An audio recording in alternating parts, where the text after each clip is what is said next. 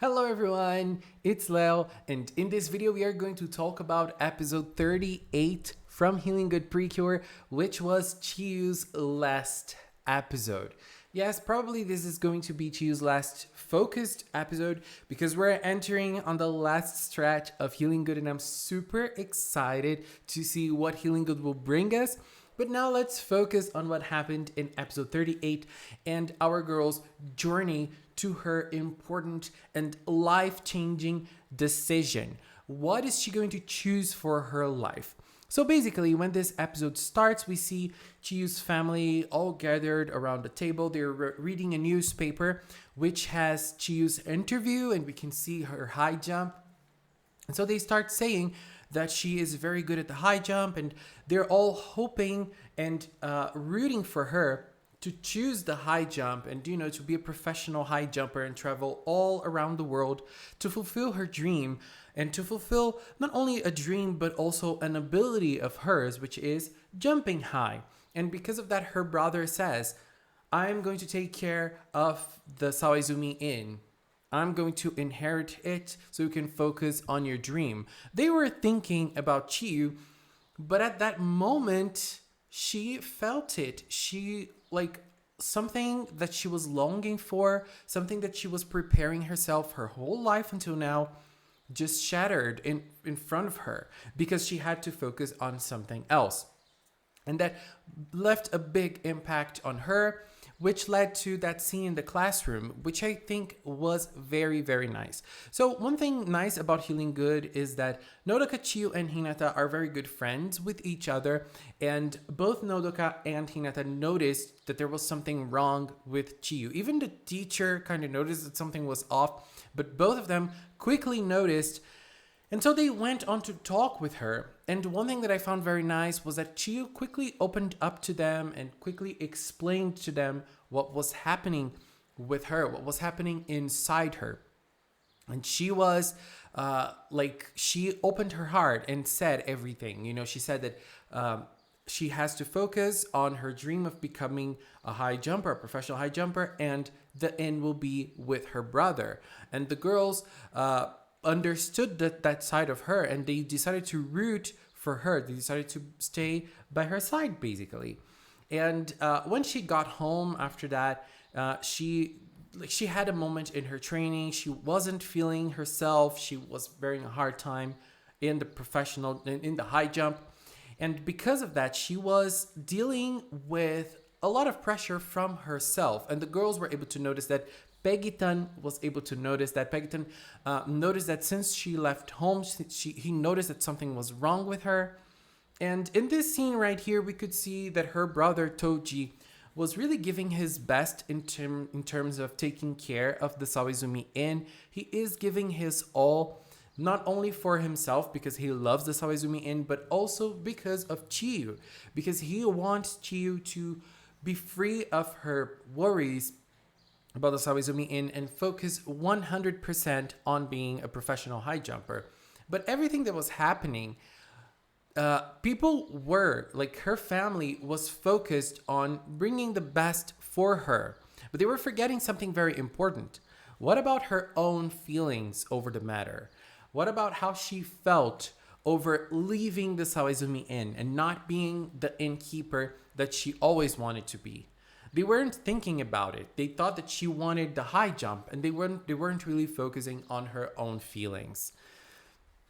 And so when she gets inside her bedroom, she sees a letter from Tsubasa, which, showed how Tsubasa is working hard towards her goal. She is giving it her all. And, friends and rivals, but this inspires Chiyu. And so she goes for a run to think about what's going on. And Pegitan gets super, super worried.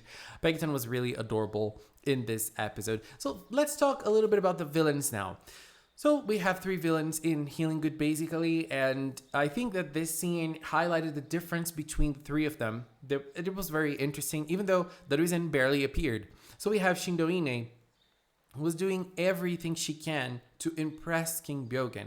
And she even said, King Byogen might not be seeing me right now, but he will notice me someday. So she will keep working hard towards that. So Shindo is the type of villain who is not focusing on herself, but instead focusing on impressing someone else. And so on the other side, we have Daruizen, who's like, whatever, and he's not doing anything to impress none. He doesn't want to do anything, basically. He's neutral. He is the neutral one. And on the other side, we have Guairu, who wants to impress who? Himself. He is his number one. He doesn't care about anyone else. He even says, King Byogen isn't my number one. I am my number one. So I am my own focus. And so we have one villain that is caring about someone else, one villain who's caring about nothing, and one villain who's caring about himself only. And that was an interesting thing because it makes sense with Chiyu's drama in this episode. The way Shindo Ine acts made a lot of sense with Chiyu's drama, and we will get to that a little later. Because one other great scene in this episode was the way Nyatoren explained Chiyu's dilemma. Because she had those two things in her heart, and then one was simply taken away. And when you do that, we are rational beings, yes, but we're also emotional beings. We're not only rational, so we can't simply rationalize everything. If you take one part away, what is left? Like the other part that is there, will it fill everything else? Or will we feel conflicted? Will we feel confused? When this part was taken away from Chiyu, when the innkeeper part was taken away from her heart, it left a hollow spot there. And that made her very confused. It's not like the high jump will simply fill its place like this. We don't work like that as human beings. And another thing that was very nice in the scene, I'm always complaining about Lotte in this episode. I always feel like she is just there. She never adds anything to Healing Good except being cute. That is basically her role in the season. And in this episode, it was very nice because she was the one that remembered that they did this for Chiyu. Like, the sky is the limit, basically. And when Peggy-tan saw this, Peggy-tan thought, well, this has a lot to do with what Chiyu's going through right now, so I am going to use this idea to help her. And so he went to meet her. She was in this spot specifically, and this spot means a lot to Chiyu. We know that every time she is feeling something, she goes to this spot, she goes to think and, rationalize about what she's feeling and everything, and that's what she did. And when Peggy-tan met her, Peggy-tan was Peggy-tan was ready to share his feelings with her. But Shindo Ine was ready to attack, and that is what she did. She infected a surfer, and then the fight started. Fontaine versus the Jigabyogen and Shindo Ine.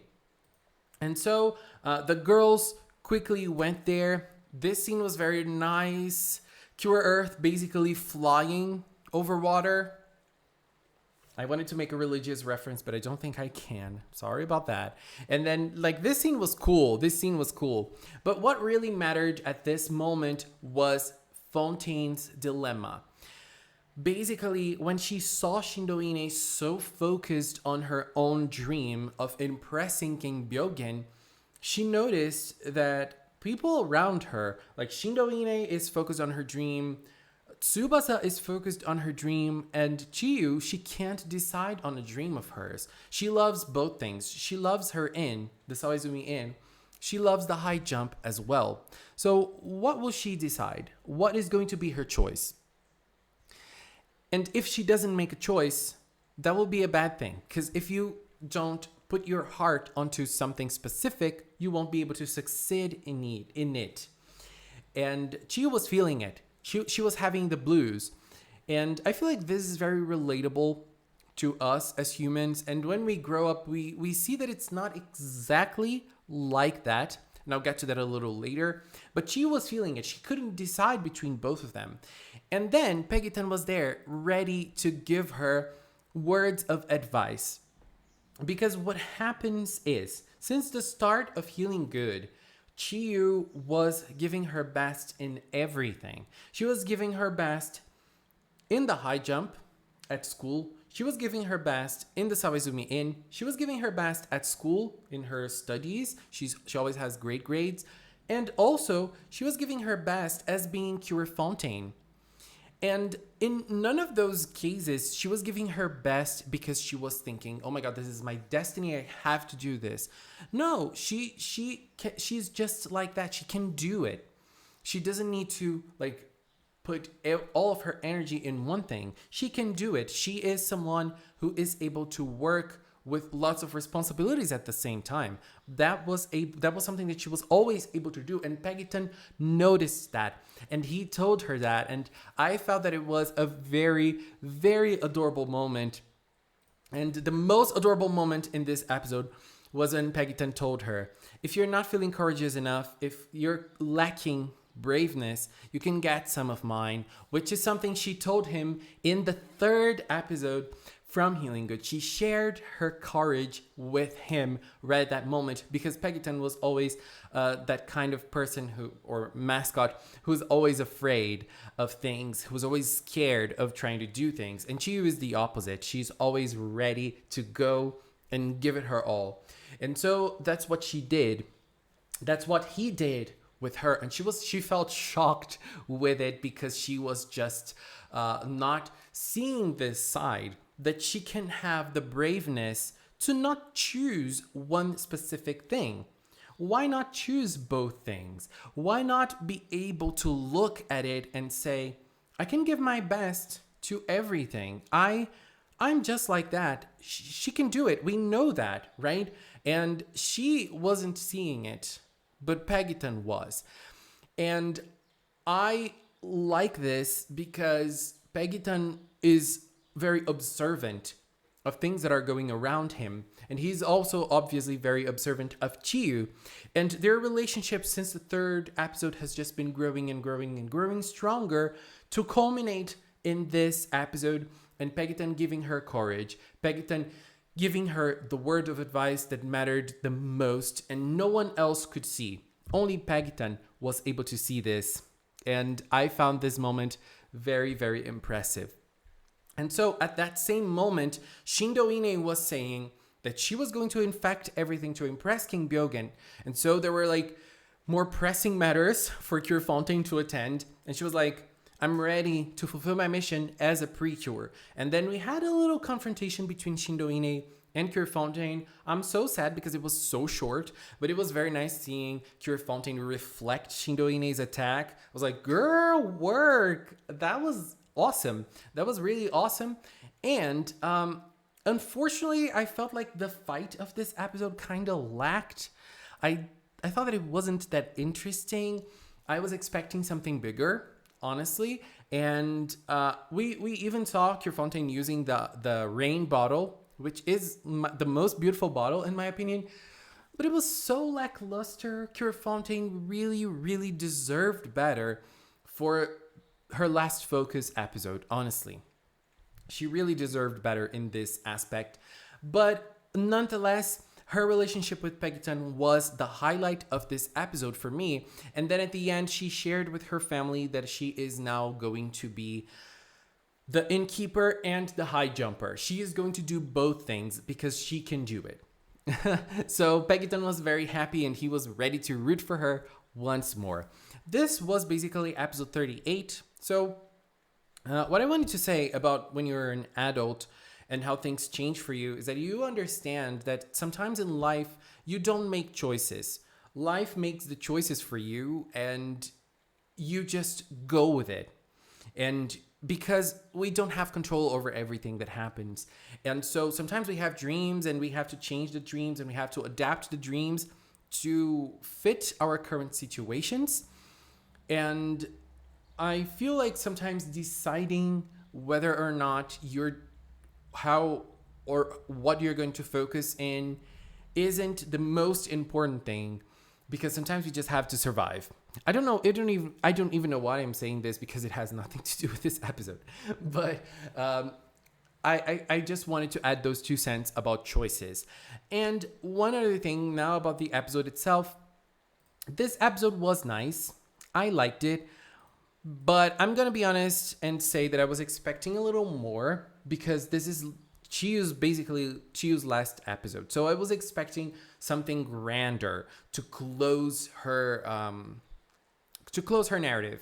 The episode itself was good. It wasn't a bad episode by any means. As I said, I think that they worked very well with Pegiton's and Chiyo's relationship. It really showed how they solidified their friendship and their partnership and how they understand each other very, very well.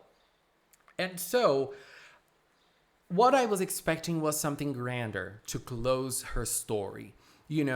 As she is my favorite, I was really waiting for like the biggest conclusion. And this was a narrative choice to do things in a very simple way, because I feel like it matches how Healing Good deals with its conflicts, how Healing Good deals with its stories. It never gets too big. When it starts getting too big, it tones down the tone a little bit, because it is just supposed to be very simple, very calm, very tame. And personally, I would like something more explosive, but that is just me. I am pretty sure that there are people that enjoy this Healing Good pace a lot. So this is just how I feel about it. And one other thing, the soundtrack of this episode was incredible. 100%. I loved every single moment of the soundtrack. The songs were great. They were really able to highlight the emotions and the distress Chiyo was going through. Shiho Terada, you did a great job. And Shiho is working on Tropical Rouge, so we can expect something great as well. I just cannot wait. Anyways, this was my view on episode 38. Please leave a comment with yours. Let's keep talking in the comment box below. And I obviously want to take this little time to thank all of the members of the Magical Cinnamon channel. If you are a member, thank you so much for all of your support. Thank you so much for believing in Magical Cinnamon. I'll see you soon. Thank you so much. Bye bye.